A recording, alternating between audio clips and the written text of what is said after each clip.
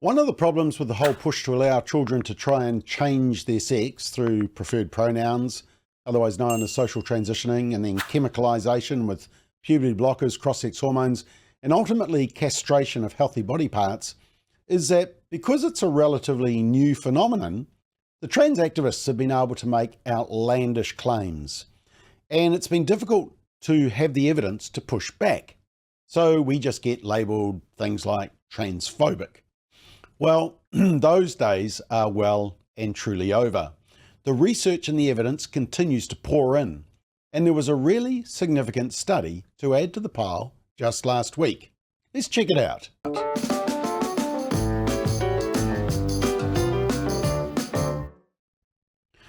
So trans activists ask parents of transgender identifying youth the shocking question, would you rather have a living son than a dead daughter?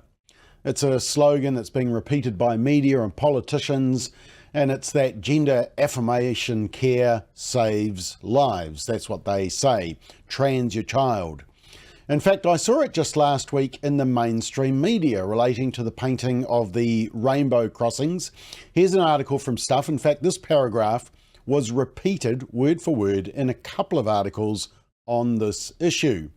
And it says, we know for a fact people in rainbow communities have higher suicide rates than the general community, and any kind of public support or sign that shows we are welcome helps to mitigate the general negativity that often society shows to us. Now, the problem with the claim and the conclusion that they draw, in which the media parrots ad nauseum, has no credibility. It's based on a self-selected survey, the Counting Ourselves survey and policy, which comes out of the University of Waikato's Trans Health Research Lab.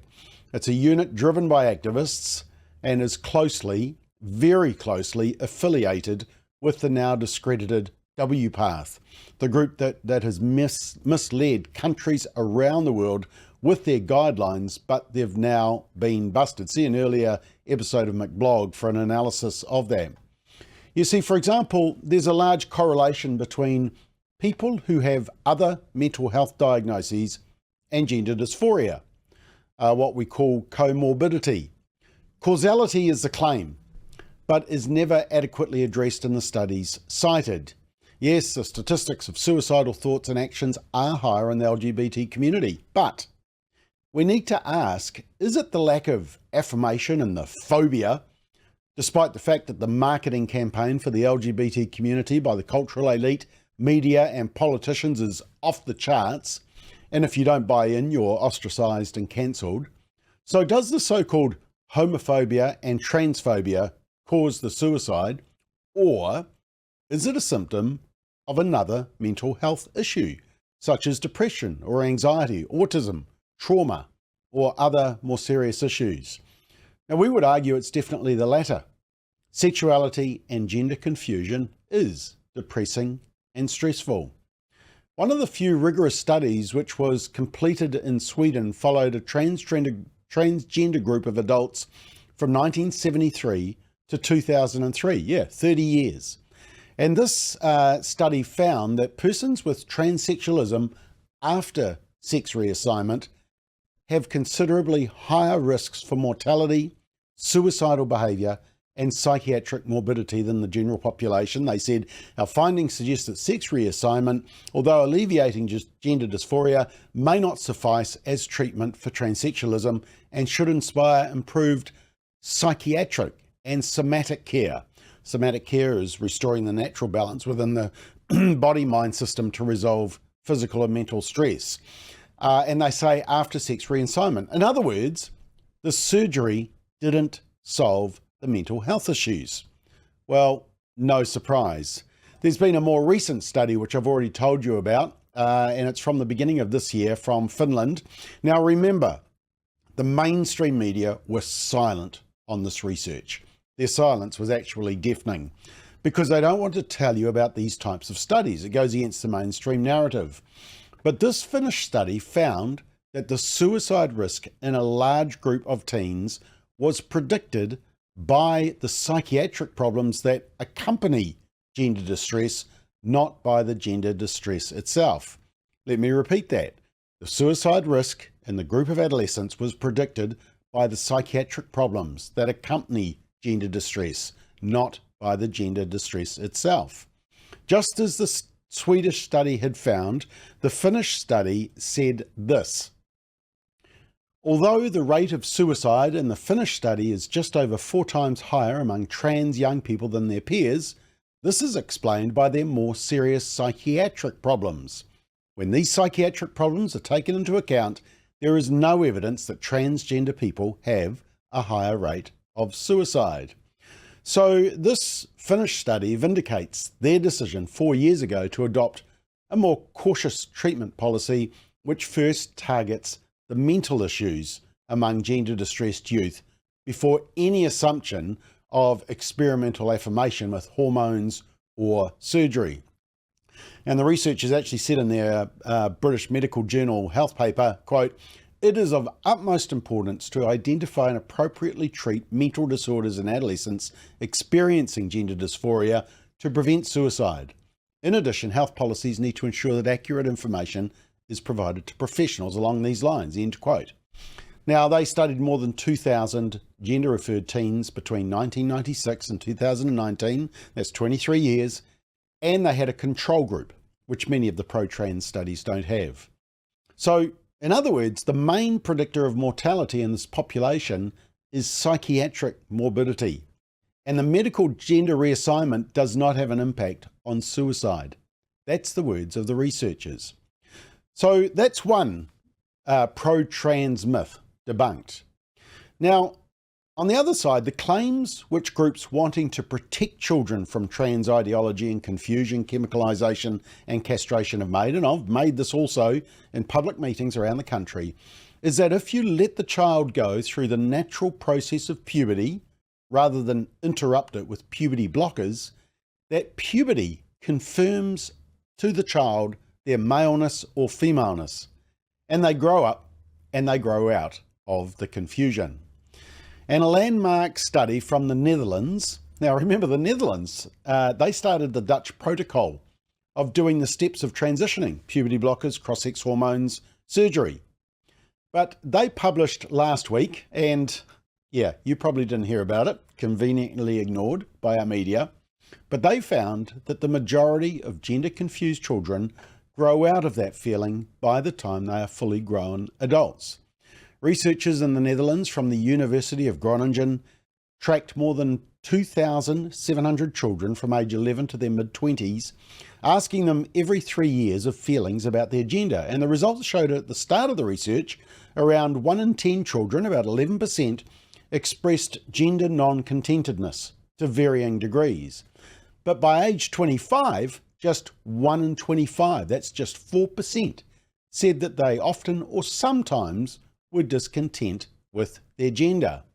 And the researchers concluded this, really important: the results of the current study might help adolescents to realise that it is normal to have some doubts about one's identity and one's gender identity during this age period, and that this is also relatively common. Wow, every parent needs to read that quote. In fact, Elon Musk, who owns Twitter, or X as it's now called, and who is a parent, he tweeted this in response to the study: "I'm cool with adults doing whatever they want so long as it doesn't harm others, but kids need to be protected at all costs." Now, this study reiterates what an expert in Finland actually said 2 years ago. This is Dr. Kautiala, who is described as Finland's leading expert on paediatric gender medicine and chief psychiatrist at its largest gender clinic.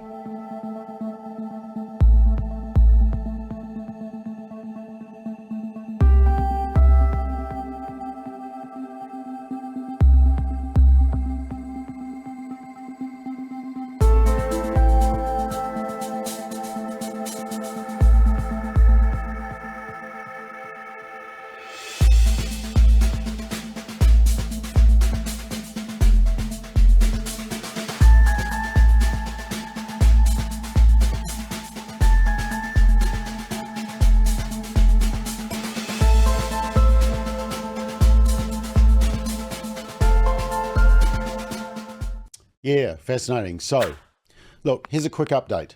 These are the countries that have all recently been honest enough to review this issue and in some cases stop the whole nonsense.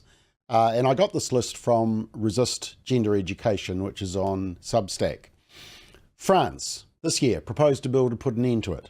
England, this year, no longer routinely prescribing puberty blockers. The Netherlands, the Dutch government wants more research into the affirmation model. Last year, Denmark said that therapeutic counselling and support was more important rather than a prescription for puberty blockers. Last year, Norway, they said guidelines are not evidence-based and must be revised. 3 years ago, Sweden ceased the use of puberty blockers. And 4 years ago, Finland also did the same. They said psychological interventions and support were more important than medical interventions. And in the United States, you often don't hear this, 22 states have so far passed laws protecting children from medicalisation of gender distress. Now, the really disturbing thing for Kiwi parents is that if you follow the research and focus on counselling and affirming a gender-confused child's biological sex, and so if you affirm their biological sex and you tell them to wait and go through puberty, so you affirm their biology, under the conversion therapy law passed by most of our parliament a couple of years ago, a parent or a professional or a pastor or a counsellor could be committing a crime and could go to jail. That's how disturbing the law is and the debate has become. Studies show that up to 93% of children who begin on puberty blockers will go on to receive cross-sex hormone injections. So kids that are gender confused, 93% of them that start puberty blockers will do the next step. So puberty blockers don't pause, they actually predict. And that's contrary to what you'll hear trans activists say. You know, for the sake of our children, we need to ignore the conversion therapy law. We need to allow children to be children. Conversion therapy is still legal in New Zealand, but only if you go in the direction that the activists want. Conversion therapy has a number of other names in New Zealand, like Inside Out, Rainbow Youth, Rainbow Labour, Rainbow Greens, Family Planning, WPath, Ministry of Health. But you know what? Puberty is a human right. We need to act in the best interests of our children, irrespective of the badly named and badly thought out conversion therapy law. This research, all the research, is continuing to affirm that we, and not them, are on the right side of biological truth. Now, just on a light note to finish, that satirical site Babylon Bee were quick off the mark with a mock news item when this research came out. They said, on the heels of a new study regarding young people with gender dysphoria, Democrats issued a warning to parents to transition their kids quickly before they grow out of it. The new study, which revealed a large percentage of young people with gender dysphoria eventually come to accept their actual gender, has created a new sense of urgency within the Biden administration to make sure parents take action now so that as many children can be transitioned as possible before it's too late. Yeah, it's very funny because it almost seems to reflect reality, and that should concern us all.